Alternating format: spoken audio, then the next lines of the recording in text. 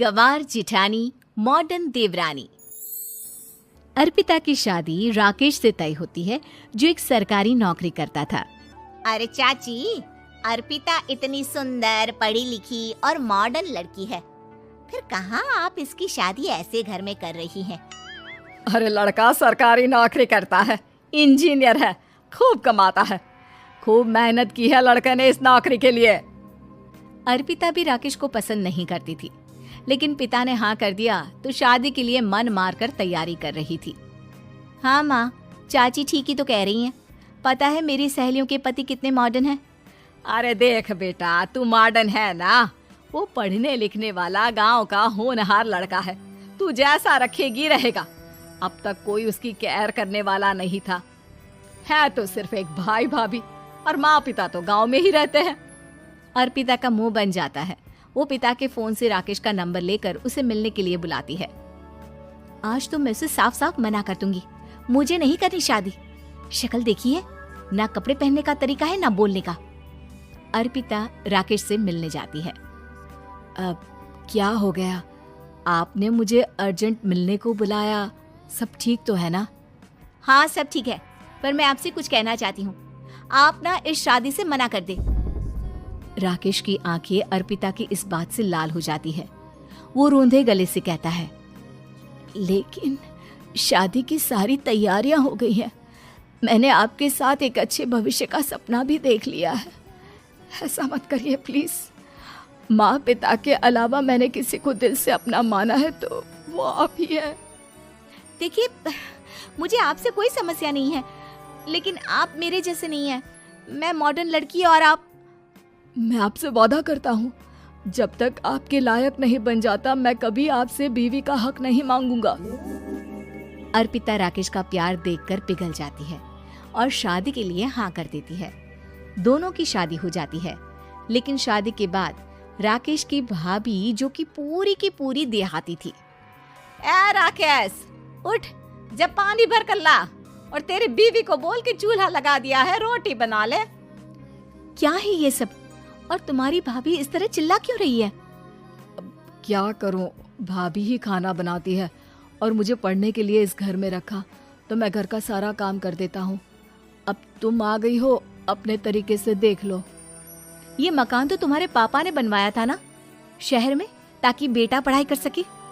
हाँ, पर भाभी ही पूरे घर में रहती है। ठीक है, देखो अब। अर्पिता बाहर जाती है। सूट पहनी अर्पिता को देखकर जेठानी का पारा हाई हो जाता है। ए शहर की हीरोइन, यहाँ ना चलेगा ये सब, समझी?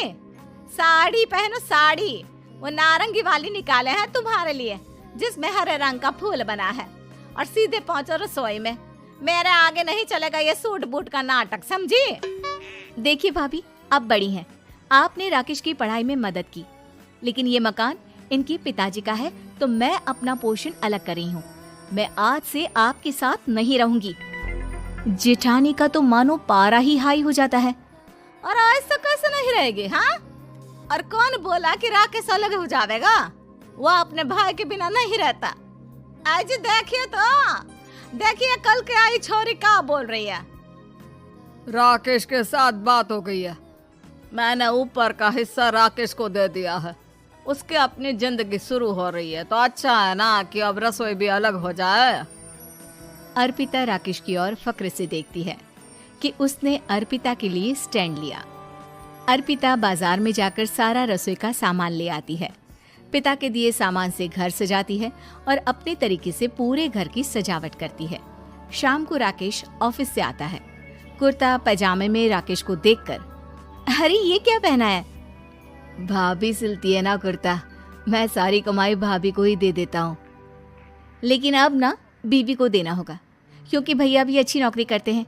भाभी अपने पति का पैसा संभालें और मैं अपने पति का पैसा संभालूंगी। तभी भाभी आ जाती है।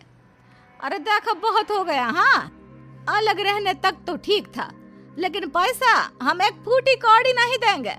बचपन से तुम्हारे पति को हमने पाला है, उसका हिसाब दो। अच्छा, हिसाब चाहिए? कितना पढ़ी हैं आप जो आपको हिसाब चाहिए? बड़े भाई हैं उनकी, जिन्होंने उन्हें पढ़ाया लिखाया, वो हिसाब मांगेंगे तो जरूर दे दूंगी भाभी। अरे देख, हाँ, अगर तूने पढ़ाई की है तो मैं भी अंगूठा छापना हूँ। अरे 5 की क्लास तक पूरी पढ़ाई की है, समझे?